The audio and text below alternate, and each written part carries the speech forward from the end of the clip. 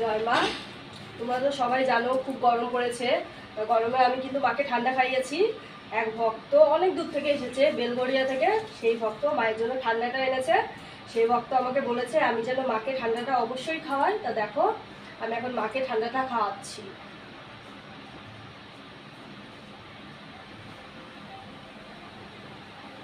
তোমরা সবাই দেখো, এখন মাকে আমি ঠান্ডাটা খাইয়ে দিচ্ছি।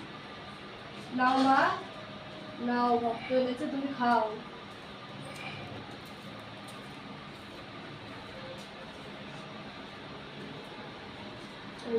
এবার আমি মা মনসা ভক্ত দিয়া ঠান্ডাটা এখন মাকে খাইয়ে দিচ্ছি। যেহেতু মা বাচ্চা রূপেই দেখা দিয়েছিল। এখন মা বড় হয়েছে ঠিকই, কিন্তু মা কিন্তু বাচ্চা রূপেই আমাদের দেখা দিয়েছিল।